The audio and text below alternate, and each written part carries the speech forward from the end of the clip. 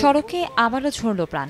বৃহস্পতিবার দুপুরে মুন্সিগঞ্জের গজারিয়া উপজেলার হোসেনদি জামালদি এলাকায় স্কুল শেষে বাড়ি ফিরছিল দুই শিক্ষার্থী। এ সময় দেলোয়ার হোসেন ব্যাপারী বাড়ির সামনে পৌঁছালে দ্রুতগতির একটি লরির ভয়ে বাড়ির ভেতরে আশ্রয় নেয় শারাফাত ও জামিয়া নামে দুই শিশু। লরির ধাক্কায় দেয়াল ভেঙে চাপা পড়ে তারা। গুরুতর অবস্থায় দুজনকে উদ্ধার করে রাজধানীর হাসপাতালে পাঠানো হয়। পরে সেখানে চিকিৎসাধীন অবস্থায় শিশু শারাফাতের মৃত্যু হয়।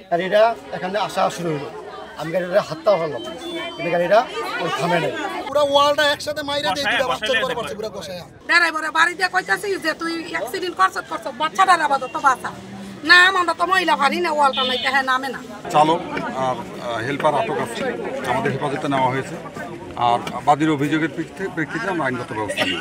এদিকে টাঙ্গাইলের ধনবাড়ী উপজেলার বিলাসপুর বর্তলা এলাকায় পিকআপ ভ্যানের সঙ্গে মোটরসাইকেলের সংঘর্ষ হয়। এতে ঘটনাস্থলেই মোটরসাইকেলের দুই আরোহী নিহত হন। আহত হয় আরও দুইজন। তাদের উদ্ধার করে স্থানীয় উপজেলা স্বাস্থ্য কমপ্লেক্সে নেওয়া হলে পিকআপ ভ্যান চালককে মৃত ঘোষণা করেন চিকিৎসক।